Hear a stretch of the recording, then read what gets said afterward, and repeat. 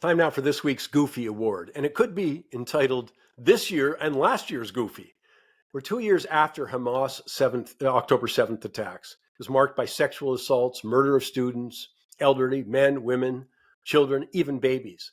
The pro-Palestinian, pro-Hamas protests continue along with open celebrations that actually began October 7th and continue to this day. Well, I think that punctuates/exposes some of our most cherished conceits and pretenses in Canada.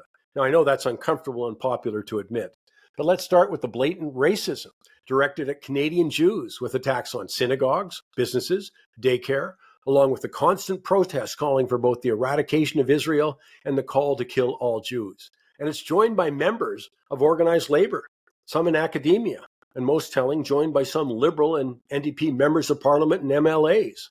You want to note, by the way, that Prime Minister Carney has never addressed the fact that 29 Liberal candidates, 18 of them elected to Parliament, signed the VotePalestine.ca agenda that specifically rejected the two-state solution that the Prime Minister officially endorsed, but he said nothing.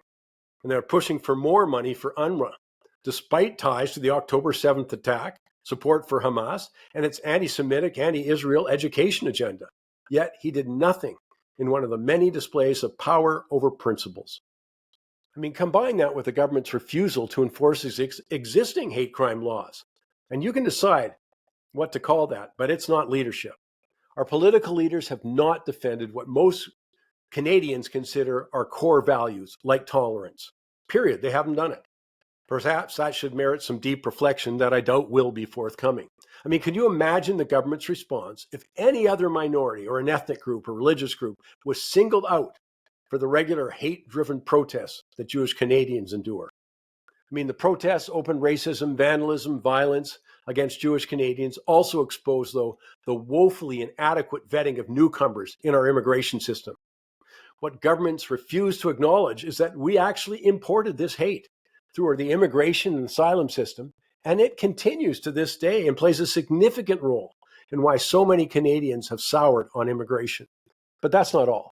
In the aftermath of October 7th, the silence around the documented rapes and sexual assaults was deafening, especially from organizations that claim to champion women, the Arab Feminist Union, Equality Now, Time's Up, UN Women, the UN Committee on the Elimination of Discrimination Against Women, even the global Me Too movement.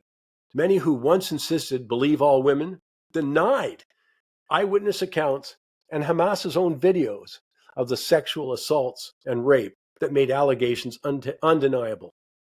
Many celebrated Hamas while ignoring that women are second-class citizens in the vast majority of the Muslim world. And they in effect have been saying, to heck with the equality of women. And what about the numerous Queers for Palestine groups who support Hamas and are anti-Israel? Despite the fact that in Gaza and the West Bank, gay and transgender individuals face extreme persecution, including lengthy prison terms or even execution. As Palestinian scholar in the El Aqsa Mosque in Jerusalem states, the people of Palestine will not allow a single homosexual in our land. Such perversion brings the wrath of Allah. And there's numerous other similar pronouncements from Hamas. Yet, in the LGBTQ plus community, they're anti-Israel. And the only Middle East country, Israel, the only Middle East country that allows gay marriage. And instead, they've supported Hamas, which would just as soon kill them. For many people, it would be impossible to take the gay community seriously again. And one last example.